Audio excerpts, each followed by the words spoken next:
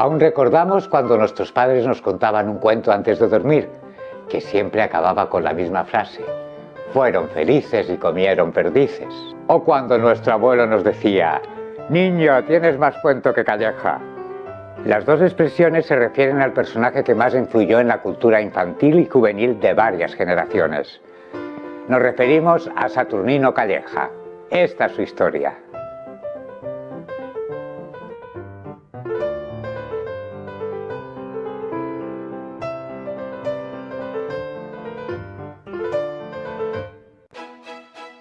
La escolarización de españoles ya la planteó la Constitución de Cádiz de 1812. Pero no fue hasta la llegada de la Ley Moyano cuando se estableció que todos los niños y niñas de entre los 6 y 9 años debían ir a la escuela.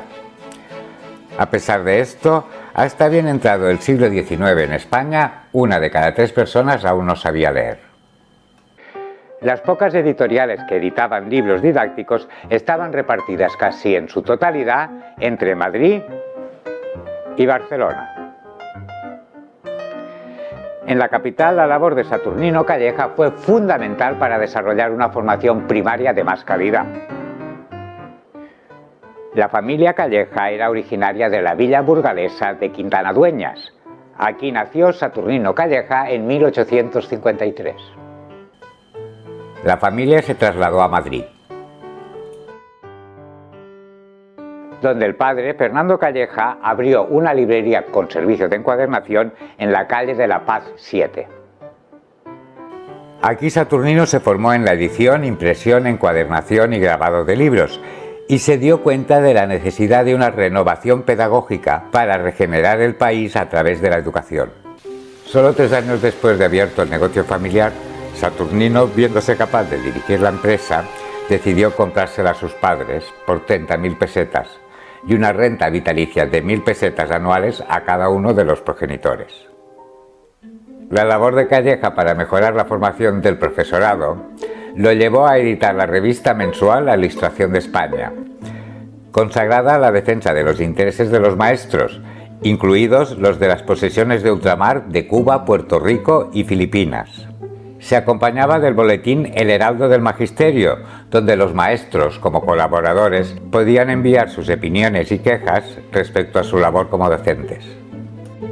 También fundó la Asociación Nacional del Magisterio Español y la Asamblea Nacional de Maestros, haciendo que la voz del docente fuera escuchada por primera vez en el Parlamento. Saturnino Calleja se convirtió en el portavoz de los maestros españoles. Quería editar libros siguiendo las tendencias pedagógicas europeas, adaptándolos a cada nivel de enseñanza. Las materias comprendían métodos de iniciación a la lectura, el instructor, geometría, geografía, historia de España, catecismos, Quijotes, manuales de urbanidad y buenas costumbres o libros para aprender inglés y francés. Para que todos tuviesen acceso al material educativo, lanzó diferentes presentaciones a distintos precios, por lo general mucho más bajos de lo habitual, gracias a la edición de grandes tiradas con poco margen de beneficio por ejemplar. Saturnino distribuyó material gratis escolar y libros por las escuelas rurales, para que pudiesen servir como guía pedagógica para los maestros desatendidos por las autoridades educativas y sin ningún tipo de recursos. En estos años nació la expresión pasar más hambre que un maestro de escuela. Su lema era instruir deleitando. Para atraer a los niños hacia la lectura, pensó que era fundamental complementar los textos con ilustraciones atractivas.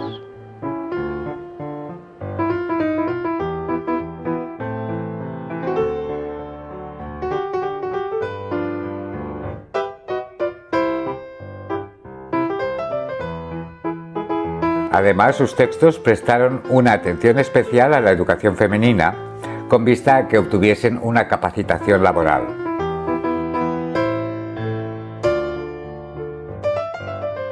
Sus famosísimos cuentos se comenzaron a publicar alrededor de 1884. Se dividían en colecciones.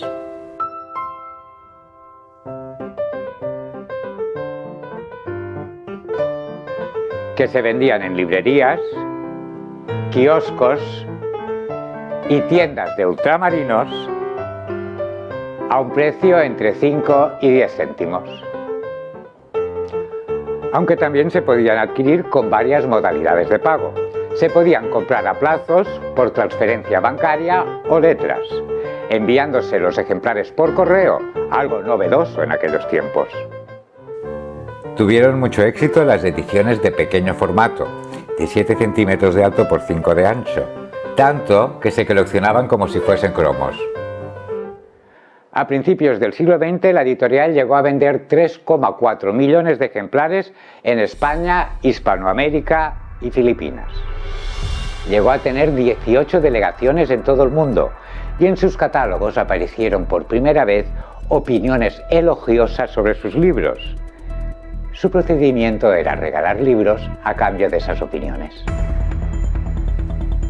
Segundo de Chomón, pionero español del cine fantástico, del cual tenemos un vídeo, grabó películas cortas basadas en los cuentos de Calleja, como Pulgarcito y Gulliver en el País de los Gigantes.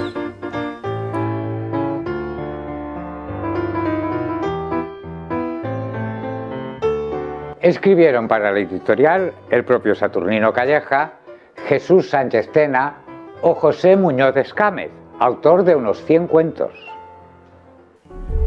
Se versionaron fábulas y cuentos de Esopo, Iriarte y Samaniego, y por primera vez llegaron al país Las Mil y una Noche, El Pinocho de Collodi y las obras de Allan Poe, Emilio Salgari, Perrault,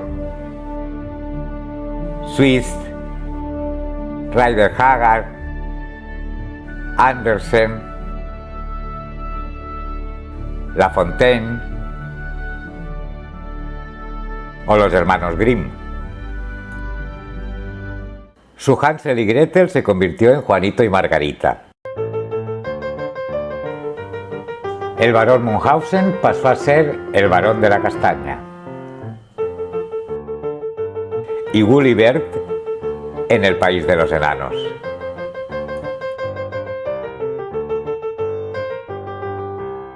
La mayoría de los cuentos acababan con una moraleja ejemplar conforme a los cánones de la época y un apartado de acertijos, chistes, fragmentos sobre historia y con crucigramas, apenas conocidos en España hasta que Calleja empezó a publicarlos.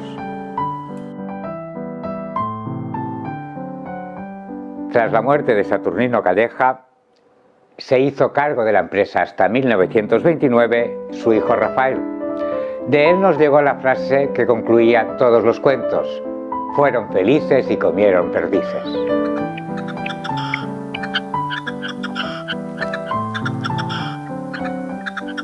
Rafael puso al mando de la dirección artística a Salvador Bartolozzi, que se hizo famoso por su versión de Pinocho, y a Juan Ramón Jiménez como director literario.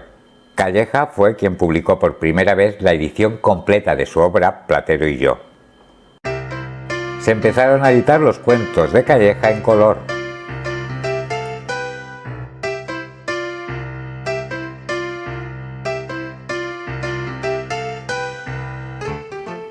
Dibujaron para la editorial Manuel Ángel Álvarez, Méndez Bringa, Ramón Cilla, José Luis Amat Pagès, Federico Rivas, Echea, José Zamora, Máximo Ramos, Penagos, Caíto, Otono, al que mencionamos en el vídeo de Vente a Hollywood, Pepe. La editorial Calleja sobrevivió a la Guerra Civil, pero las dificultades en la importación de papel y el fin del mercado hispanoamericano la obligaron a cerrar en 1959. Espera, un cuento, ¿no?